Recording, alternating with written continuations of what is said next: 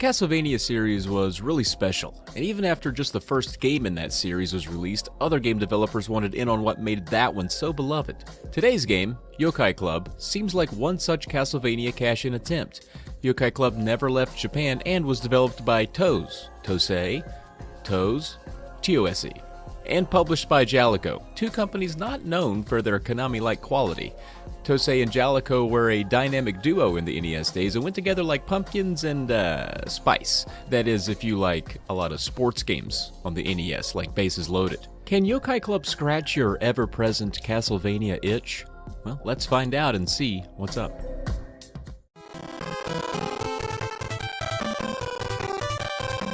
Short answer is no. Your Castlevania itch will persist. First, let's get the premise out of the way. It's 1990-something. Technically 1990X, according to the manual, and an evil force named Gallus has awoken and is threatening the life of every human on the planet, and that's no bueno. But our hero, Akira, sets out to fight the demons who have arrived here on Earth to devour us all. Now, as you can see, there are some elements that seem Castlevania-esque, starting with the main character's sprite. Similar size, look, and posture. Instead of a whip, our guy hurls daggers, limitless daggers. Our guy Akira has deep dagger pocket, so he has a better attack range than the whip, at least. The enemies are themed nicely. There are plenty of bats, as you'd expect, as well as zombies, terrifying head-hurling yetis, ghosts, of course, and silver foxes, like George Clooney. Again, the enemies are thematically fine. That's exactly what I would expect from a Castlevania ripoff.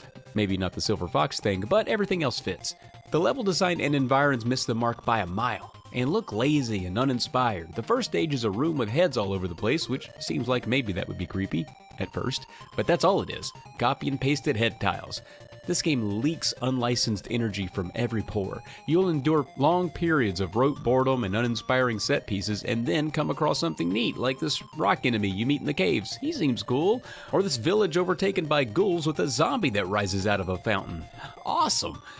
The bosses add a much-needed dash of sinister vibes to this Castlevania wannabe, like this winged baddie who sits perched in his best not-a-crook pose and 6 minions on you. Now, I'm betting you've played a lot of NES games in your day, and uninteresting visuals and unappealing level design is something you're used to, so you're not swayed by what I've described so far, and good for you.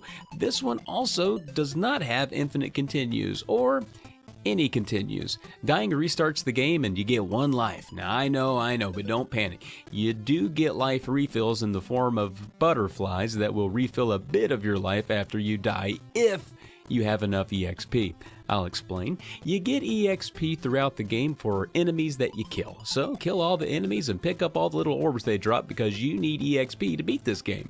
It's not just to level up, you have to have the bar full when it comes time for the game's final stanza, and leveling up takes forever.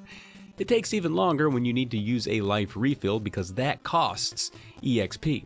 The cycle of gather EXP, lose health or die, lose EXP, and then gather more EXP can make this game take forever because you have to grind, and it can get you stuck if you're not prepared at the end. So you've been warned. And if you're thinking, oh, that's fine, I like grinding, bud, I'll take my time. No, you won't. There is a timer on each level, and if you run out of time, you are devoured by an evil butterfly. So, move it along.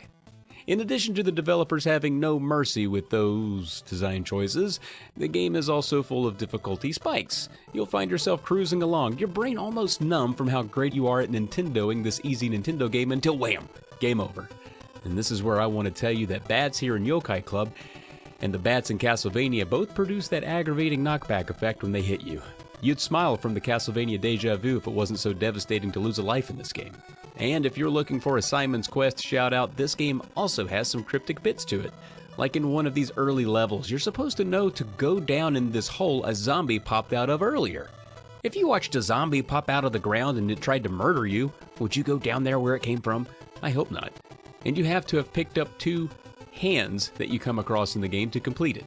And that's not told to you because there's not a lot of story or context going on. This stuff might be in the manual, and I'm sure anyone who can read Japanese game manuals is all over it, but for the rest of us, you'd have no clue. Control-wise, things are real floaty here, but also responsive. I didn't have a real issue with the controls, they never got me in trouble, but where a Belmont feels beefy and weighty to control, a Kira here is spring-loaded and light as a feather. There are some other pickups to help you along, like screen clear bombs and flashlights that paralyze the other enemies on screen for a few seconds.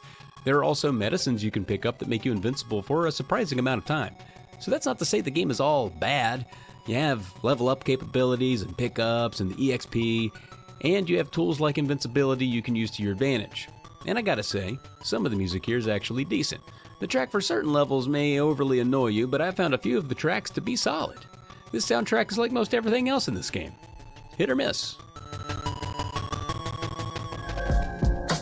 All said, I think Youkai Club qualifies as one of those games that is certainly playable, but falls well short of achieving what the games that inspired it did.